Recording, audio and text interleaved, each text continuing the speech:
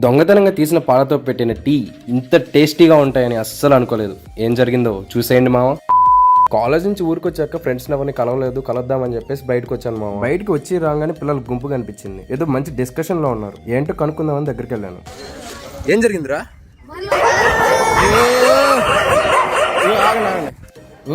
First మీరు ప్రశాంతంగా కూర్చోండి రా. ఏం జరిగింది చెప్పండి.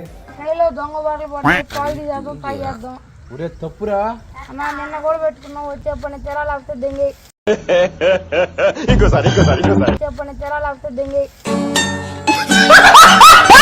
వీళ్ళతో మనకెందుకని నేను కూడా సరిపోండి వెళ్దాం.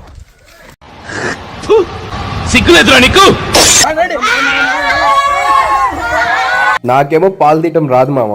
ఇవన్నీ దొంగ బర్రెలు, దగ్గరికి వెళ్తే కుమ్మి పడేస్తాయని చెప్పి దూరంగా కూర్చున్నా. అయినా పాపం పిల్లలు ఒకటే కష్టపడుతుండేసరికి చూడలేక నేను కూడా సాయం చేయడానికి వెళ్ళిపోయి. ఫుల్ వీడియో కింద ఉంటుంది, సబ్స్క్రైబ్ చేసేసుకొని చూసేసేయి మామ.